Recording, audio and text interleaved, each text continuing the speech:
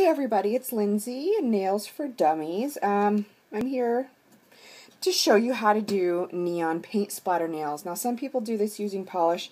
I haven't figured that out yet, so I am going to do it using acrylic paints. Now, the tools you'll need to do this are going to be a little bit of water, something to mix your paints on. You can use an old ice cube tray, or I don't know, just something to hold the paint. And then a base color of white is what I recommend, but black would be cool too. And then like just a regular paintbrush. I kind of like to use these cheaper ones because they, I don't know, they seem to work better for what I do with this. I have this awesome Doramat, not because I'm cool like that. And then at the end I can sing the Dora song and go, "We did it! We did it! We did it! Yay!" Yeah, stay tuned for that. So anyway, and I do also like to keep some acetone on hand. And the reason I use acrylic paints is because it cleans off with water. So I put on my base coat of Sally Hansen Extreme Wear White On. I used 2 coats of that. And then I did a top coat of Sèche-Vite. And that's so that if I make a mistake on my nails or if I get too much paint in one area, I can just take a wet Q-tip and wipe it off and start over. So I'm going to be using the Neon Folk Art paints. I've never used these before, so if it doesn't work out, I'm in trouble. Basically, you just put a little bit in there. You don't need much, you really don't. And then by the brushful, you can add some water to dilute your paint so that they're the right consistency for splattering. I don't like to use too much, but just mix it until it's good and runny. You don't want to add too much water and have your paints not be opaque, but then you just, this is the fun part. Don't have anything around you that's really precious to you because you're going to make a mess. So just load up your brush and hold it above, and if you've ever smoked, this is how you ash your cigarette basically, but you can either do one nail at a time or just start doing this.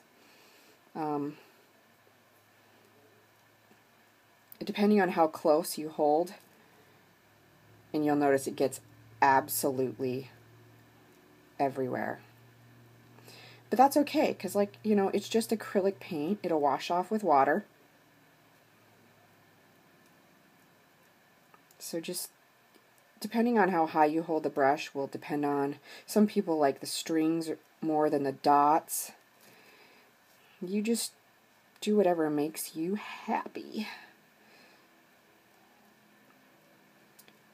And I so should have brought in an extra cup of water to rinse after, between colors, but we'll figure it out, won't we? Okay, so that's probably enough of, sorry, I'm going to make a rinse cup over here. That's probably enough for the green for me. Then we'll do some purple. I like purple. Do you like purple? This is kind of a cool color. I've never used these neons, but I'm kind of liking the way they're turning out. What do you think? Woo! Okay, so I got my brush rinsed out. Get some water, add it into the purple. So by this point, you're probably kind of getting the idea of how this works.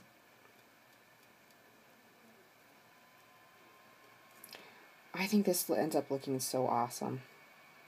It is so messy. And you could tape off your fingers to start with, but honestly, the way that I do this is I get all the colors that I like on the nail, and then to clean up, what I do, say I was finished, I was happy with what I had, I would take some acetone, and you can clean up with water, but right close to the finger, what I do is just take acetone just right next to the nail, like that, because it takes it off really quick.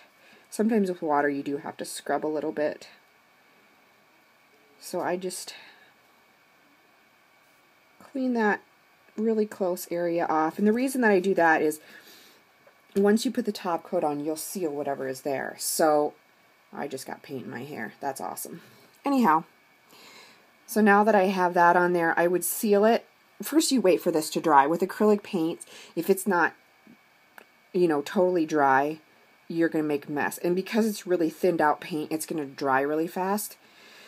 So once it's dry, go ahead and top coat it. And when you top coat it, get a big ball of the top coat on the brush so that you don't end up smearing your paint.